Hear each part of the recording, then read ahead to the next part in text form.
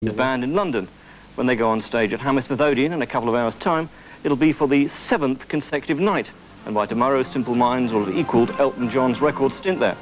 Here's a hit single from 2 years ago that the band included in their set. In a lot of his love, in a lot of reflection, what enough of this world sometimes also it seems.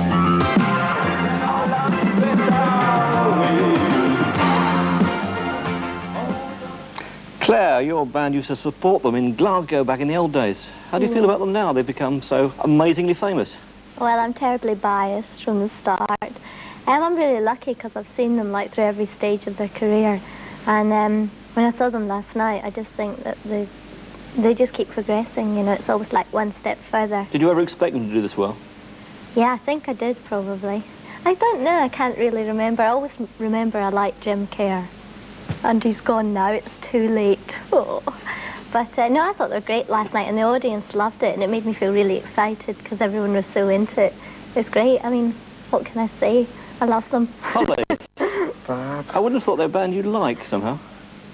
Oh, that's wicked. No, I think they're dead good. They used to stay at the Columbia, this hotel that we used to stay at when we came down to London and stuff. You know, they were kind of jetting around the world while we were still like recording our first single and stuff. I think they're really good. Waterfront, you know, Come In, Come Out of the Rain. I think that's a really good song. It's my favourite. You don't find them old-fashioned at all? Well, they are that kind of new wave kind of feeling with a slight like Velvet Underground undertone. But it's nice. They're like really seasoned performers, so I think they're good. John, you used to book them for radio, what, years back when they started? Yes, I think 79 was when we had the first one. That was that reel-to... I checked this before I came, actually, the reel-to-reel Cacophony album, because it's written on the back of the sheet, so I know when we booked them exactly, November 79. So Peel likes them a lot. We've had them on a long time. How do you feel about them now? Well, I rather felt standing or sitting at my age sometimes in that audience there.